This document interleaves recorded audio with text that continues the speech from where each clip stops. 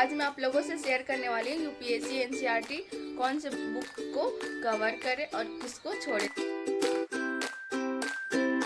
जय श्री कृष्णा, स्वागत है हमारे चैनल पुष्पलता ब्लॉग्स पे। और मैं पुष्पलता आप लोगों के सामने फिर से आ चुकी हूँ एक नए ब्लॉग लेकर, एक नए जज्बे के साथ। और आप आज देख रहे होंगे मेरा आवाज़ चेंज लग रहा होगा।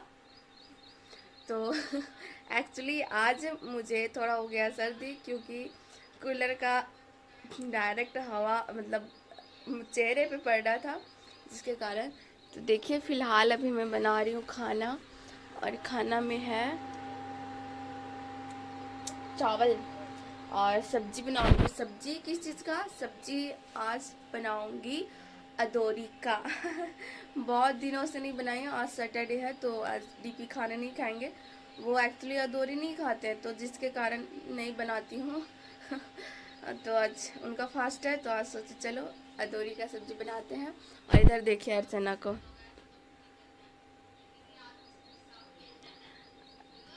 अर्चना एक्सरसाइज कर रहे हैं।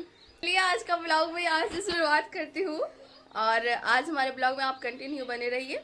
मैं आप लोगों को बताना मैं भूल जाती हूँ शुरुआत में, और जिसके कारण कुछ कुछ टॉपिक मैं छोड़ देती हूँ बनाना।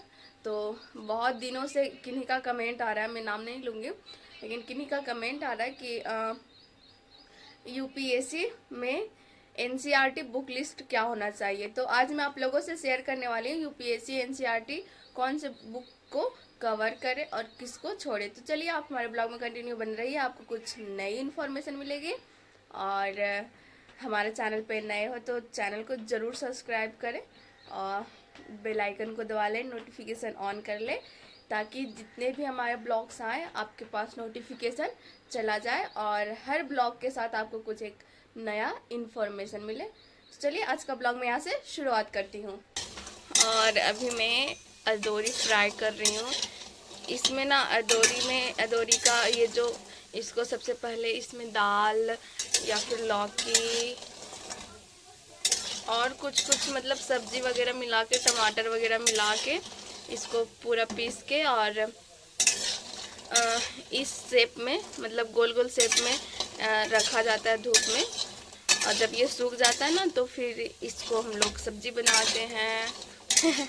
देखिए इसको सबसे पहले फ्राई करना होता है।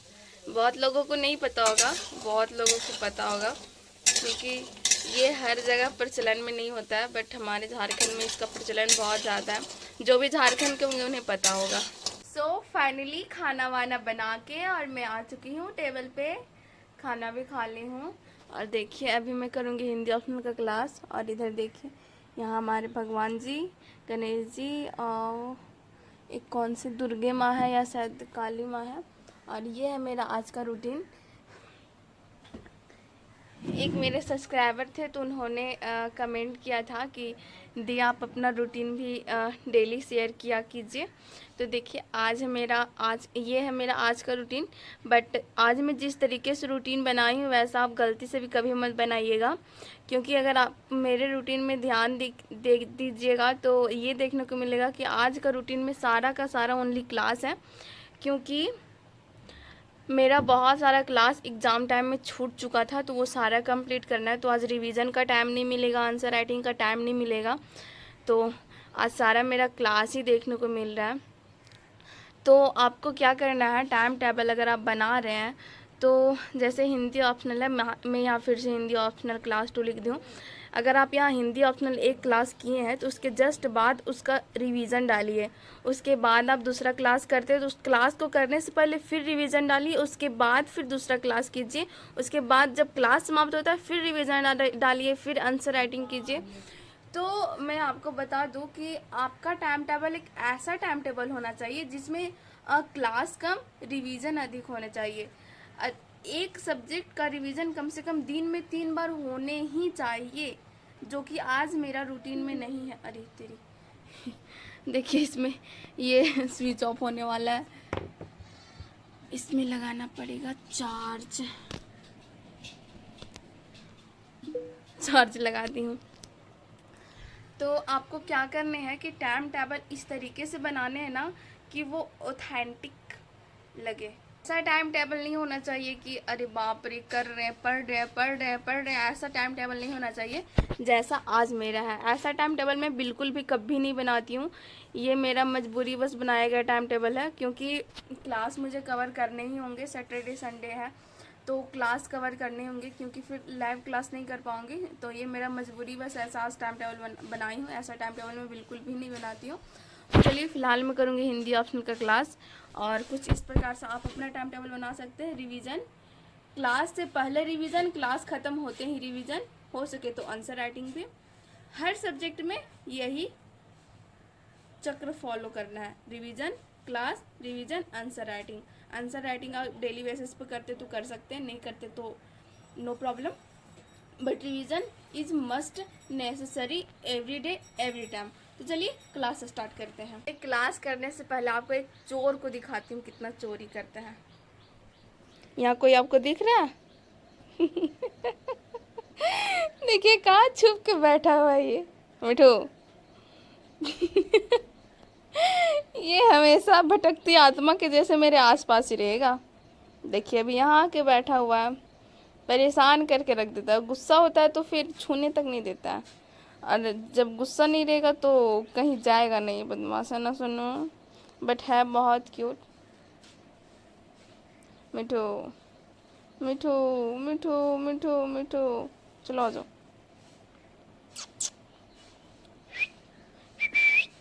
मिठू मिठू मशोनो।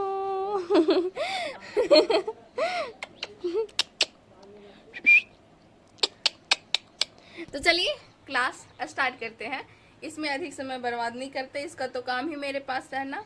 तो चलिए क्लास स्टार्ट। सो फाइनली यहाँ मेरा हिंदी ऑप्शनल का 2.5 लेक्चर कंप्लीट होता, मतलब 2 लेक्चर और आधा, मतलब 4.5 घंटा का। तो फिलहाल अभी मैं पढ़ रही थी छायावाद, बट मैं अभी छायावाद के बारे में नहीं बताऊंगी। अभी मैं फ़िलहाल नहाने चलूँगी, उसके बाद ही मैं छायावाद के बारे में बताऊंगी कि आखिरकार छायावाद है क्या, छायावाद के प्रमुख कवि कौन कौन से थे, तो जिन्हें ब्रह्मा विष्णु महेश वगैरह के नाम से जाना जाता था।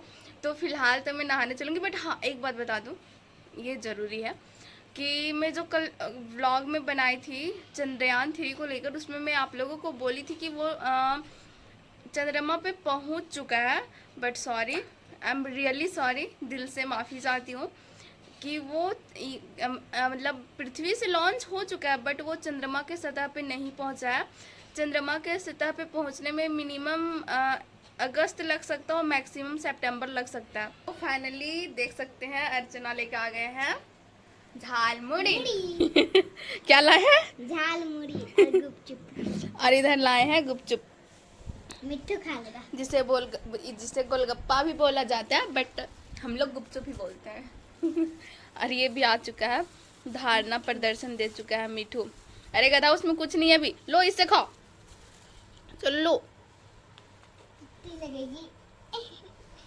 निकालिए अर्चना। चलिए आप लोग भी फटाफट से आइए। बहुत दिनों से मम्मी को मैं बोल रही थी, मम्मी बहुत दिनों से गुपचुप वाला नहीं आ रहा। कल भी आया था और आज भी आया, और साथ में जो अक्सर लोग हमेशा खाते होंगे। तो चलिए आप लोग भी आइए, फटाफट से खाइए। तो जैसा कि मैं आपको बताई थी कि यूपीएससी के लिए कौन कौन से एनसीईआरटी बुक को फॉलो करें, क्योंकि लोगों में बहुत कन्फ्यूज़न होता है। कुछ लोगों से सुनिएगा कि 9th 10th more than enough, कुछ लोगों से सुनिएगा कि एनसीईआरटी नहीं पढ़ने चाहिए, कुछ लोगों से सुनिएगा कि 6 to 12 इम्पॉर्टेंट है। तो चलिए आज मैं बात करूँगी कि हमें कौन कौन सी बुक पढ़ने चाहिए। तो देखिए मैं स्टार्ट करती हूँ हिस्ट्री से। मैं हिस्ट्री से इसलिए स्टार्ट करती हूँ क्योंकि ये थोड़ा स्टोरी जैसा होता है, तो समझ लोगों को अधिक आती है, बोर महसूस नहीं करते हैं। तो देखिए हमें सबसे पहले हिस्ट्री बुक उठाने हैं, और हिस्ट्री में भी 6 to 12 एनसीईआरटी बुक, 6 से 12 एनसीईआरटी बुक, वो भी न्यू वाला, ओल्ड नहीं, न्यू इसलिए ना क्योंकि जो नया एनसीईआरटी उसमें कुछ कुछ सुधार किए गए हैं, तो हमें न्यू एनसीईआरटी पढ़ने हैं, और उसमें थोड़ा हमें बोर भी फील नहीं होता, अच्छा लगता है, इंटरेस्टिंग लगता है पढ़ने में, तो हम न्यू एनसीईआरटी लेंगे। उसके बाद अब बात आती है पॉलिटी का। तो पॉलिटी के लिए 6 to twelfth NCERT, 6 to 12th NCERT book, ये काफ़ी है पॉलिटी के लिए, क्योंकि इसके लिए फिर आपको थोड़ा रेफरेंस बुक भी पढ़ने होंगे, थोड़ा हार्ड बुक भी पढ़ने होंगे। तो बेसिक मजबूत करने के लिए 6 to 10th, शायद मैं 12th बोल रही थी ना, 10th मोर देन इनफ है। उसके बाद है ज्योग्राफी के लिए 6 to 12th न्यू या ओल्ड, दोनों में से आप कोई भी ले सकते हैं, दोनों मतलब लगभग एक जैसा ही है, थोड़ा बहुत बस अंतर है। आप ज्योग्राफी में दोनों में से कोई भी ले सकते हैं, हो सके तो ओल्ड ज़्यादा बेटर है, ओल्ड लें, ये ज़्यादा बेटर है ज्योग्राफी के लिए। तो बहुत सारे लोगों में मीथ होता है कि नहीं सिर्फ 11th-12th का ज्योग्राफी पढ़ना चाहिए। अगर आपका बेसिक मजबूत है या फिर कह सके तो आपका शब्द शक्ति अच्छी है तो आप पढ़ सकते हैं, कोई प्रॉब्लम नहीं है। लेकिन आपकी शब्द शक्ति थोड़ा कमज़ोर है तो मैं राय देती हूँ कि 6 से पढ़ें, ज़्यादा समझ आएगा। उसके बाद आता है इकोनॉमिक्स का, तो यहाँ मैं मैक्रो नहीं लिखी, सॉरी मैं भूल गई। इकोनॉमिक्स के लिए हमें 11th का मैक्रो इकोनॉमिक पढ़ने हैं, मैक्रो नहीं मैक्रो, मैक्रो अलग है मैक्रो अलग है। मैक्रो इकोनॉमिक पढ़ने मतलब व्यष्टि, हिंदी में शायद व्यष्टि अर्थशास्त्र कहते हैं शायद, मैं भी कंफर्म नहीं बोल रही हूँ, व्यष्टि शायद होता है। मैक्रो मतलब मैक्रो ही पढ़ने। उसके बाद साइंस की बात आती है तो साइंस के लिए 9th से 10th, 9th और 10th का NCERT बुक पढ़ने, 9th 10th NCERT बुक। 6 से 8 तक मत पढ़िएगा, वो बहुत नॉर्मल है। 6 से 8 का मत पढ़िएगा, 9th-10th के लिए ये मोर देन इनफ है साइंस के लिए। तो 9th से 10th का NCERT बुक आप पढ़ सकते हो। तो कुछ इस प्रकार से हिस्ट्री के लिए 6 to 12th, polity 6 to 10, geography 6 to 12, economics का ओनली 11th और साइंस के लिए 9th और 10th का NCERT। तो उम्मीद करती हूँ कि ये आपको अच्छे से समझ में आ गया हो कि आपका कन्फ्यूज़न दूर हो गया होगा कि NCERT कौन सा पढ़े कौन सा छोड़े। क्योंकि कमेंट आया था मेरे पास कि दी आप NCERT बुक कौन कौन से फॉलो कर रहे हैं, तो मैं कुछ इसी प्रकार फॉलो कर रही, तो सोची चलो मैं आप लोगों से भी शेयर कर देती हूँ कि कौन कौन सी NCERT बुक पढ़े और कौन से NCERT बुक को छोड़े। तो उम्मीद करती हूँ कि आप लोगों को कुछ अच्छा इन्फॉर्मेशन मिला होगा। और अब मैं फ़िलहाल तो करूँगी स्टडी। सो फाइनली यहाँ मेरा हिंदी ऑप्शनल का जो प्रीवियस ईयर क्वेश्चन पेपर था वो तो फ़िलहाल देखा हुआ हो चुका है। और अभी मैं देख रही थी सूफी काव्यधारा के विकास को रेखांकित करते हुए जायसी के सांस्कृतिक प्रत्यय का मूल्यांकन करें। ये वही जायसी है जिनके द्वारा पद्मावत लिखा गया है, जो मैं आपको पहले भी, आप मेरा रेगुलर वीडियो देखते होंगे तो आपको पता है कि मैं आपको पहले भी जायसी के बारे में बता चुकी हूँ। तो फिलहाल तो ये हो चुका है। बस मैं प्रीवियस ईयर क्वेश्चन के बारे में एक ही बात कहना चाहूँगी कि जब भी आप कोई भी टॉपिक कवर करते हैं तो उसका प्रीवियस ईयर क्वेश्चन पेपर ज़रूर देखें। इससे एक्चुअली होगा ये ना कि आप अगर क्वेश्चन को देखते हैं और आपसे क्वेश्चन बन जा रहा है तो आपके अंदर कॉन्फिडेंस डेवलप होगा, और अगर क्वेश्चन नहीं बनेगा तो आप रिवीजन कीजिएगा, दोनों तरफ से आपका ही फ़ायदा है। तो इसी वजह से हमेशा प्रीवियस ईयर क्वेश्चन पेपर देखना चाहिए। अगर आपको एवरीडे टाइम नहीं मिलता तो संडे को देखिए, बट देखिए। तो चलिए फ़िलहाल तो मेरा यहाँ स्टडी कंप्लीट होता है और फिलहाल उसको देखिए ये कैसे कर रहा है बाहर आने के लिए। मैं ज़रा से भी बाहर नहीं जा सकती गधे की वजह से। तो चलिए फ़िलहाल तो अब मैं थोड़ा खाना वाना बनाती हूँ